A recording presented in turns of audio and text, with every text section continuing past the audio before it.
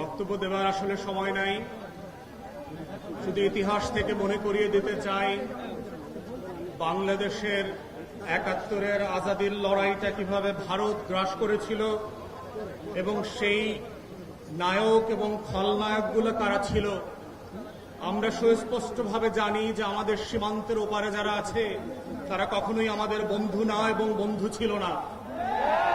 কিন্তু যেটা আমরা জানি না সেটা হচ্ছে আমাদের সশস্ত্র বাহিনীর মধ্যে কারা ঘাপটি মেরে দিল্লির খলনায়ক অ্যাসেট হিসাবে কাজ করছে। আমরা যেটা জানি না সেটা হচ্ছে আমাদের ডিজিএফআই, এনএসআই, এসবি, ডিবি থেকে শুরু করে রাষ্ট্রের আমলাতন্ত্রের মধ্যে নখরে নখরে কারা কারা বাংলাদেশকে প্রত্যেক দিন বিক্রি করে দেওয়ার জন্য কাজ করছে। সোশ্যাল মিডিয়াতে আমরা শুক্রবার থেকে জানি যে কে কে এই শুটিং এর সাথে জড়িত। তারা মোমেনশাহী থেকে সীমান্ত ক্রস করে ওই পারে চলে যাবে। গারো পাহাড়ের এক ফিলিপ নামে ছেলের কথা বললাম, কিন্তু আমাদেরকে সোশ্যাল মিডিয়াতে জানানো হলো এই শুটার নাকি সিলেটে যাবে। কারা জানিয়ে পুরো জাতির দৃষ্টি পরিবর্তন করেছে। আমাদের সংস্থাগুলো ৪০ মিটার নিচ থেকে নাকি বিএনপি জামাত ধরতে পারত এক সময়। মাটির নিচ থেকে নাকি তারা মাইক্রোস্কোপ দিয়ে জাতীয় শত্রু এবং পাকিস্তানের গোলামদেরকে নাকি তারা ঘরে বের করত।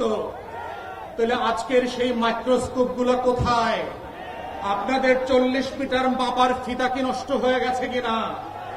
যারা আজকে বাংলাদেশের ভিতরে বসে আমার আজাদির লড়াইকে ধ্বংস করে দিয়েছে, ৭১-এর পরেও আমরা দেখেছি বাংলাদেশে কিভাবে স্বাধীনতাকামী মুক্তির লড়াইয়ের সৈনিকদেরকে ব্রাশফায়ার করে ৩০,০০০ ৪০,০০০ মানুষকে এই আওয়ামী মুজিববাদীরা হত্যা করেছে।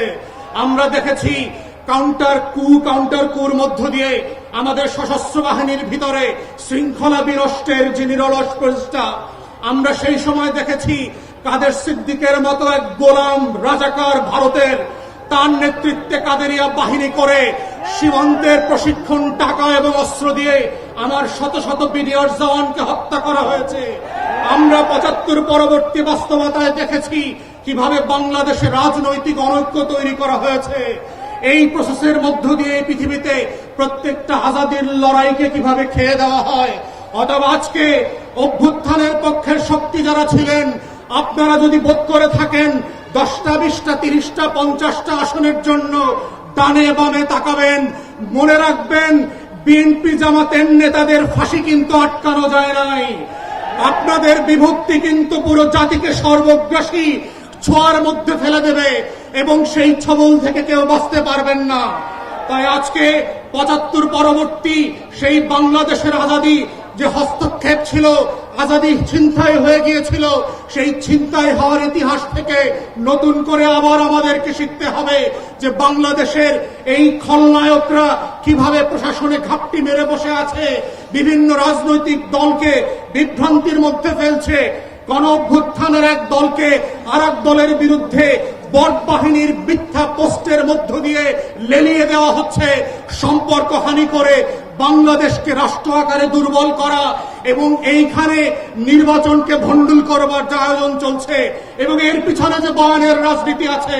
আমার ৫ দশকের বুদ্ধিবেশ্যারা, আমার সাংবাদিক আর শিক্ষকরা ফেসবুকে যারা বিভিন্ন সময় সুশীলতা দেখান, তারা যেভাবে বয়ানের রাজনীতি করছেন, দিল্লির আধিপত্যবাদকে সফট পাওয়ার আকারে আমার সামনে হাজির করছেন, এইটা হচ্ছে অশনি সংকেত। এবং গণ অভ্যুত্থানের তরুণদেরকে মাথায় রাখতে হবে যে এই অভ্যুত্থানটা কিভাবে আগেও আজাদির লড়াইটাকে নাই করে দেওয়া হয়েছিল, কোন কোন উপকরণ দিয়ে করা হয়েছিল, কোন কোন প্রতিষ্ঠানকে দিয়ে করা হয়েছিল, রাজনৈতিক দলগুলোর ভুল সিদ্ধান্তগুলোকে কিভাবে আবার মঞ্চস্থ করবার চেষ্টা করা হচ্ছে। এটা বোঝার মধ্যেই হচ্ছে জুলাইকে ধরে রাখার একমাত্র সত্য। আজকের গণ অভ্যুত্থানের শক্তিগুলোকে মাথায় রাখতে হবে। শত্রু সাপেক্ষে আমার বয়ানের রাজনীতি যেমন মোকাবেলা করতে হবে, শত্রু সাপেক্ষে আজাদির লড়াইকেও হেফাজত করতে হবে। এটাই হচ্ছে আজাদি ধরে রাখার একমাত্র বাহন। এর বাইরে আর কোনো লড়াই নাই এবং সেই লড়াইতে আমরা চাই নতুন করে আবার ইনকিলাব জিন্দাবাদ হয়ে ভারতবর্ষের আনাচে কানাচে থেকে হর্ষদ মোহানির ভয়েস থেকে আজকে যেভাবে হাদির কণ্ঠকে দিয়ে সারা বাংলাদেশ আত্মস্থ করেছিল, সেই ইনকিলাব আবার আবাবিলের মতো আসমান থেকে ফিরে আসবে।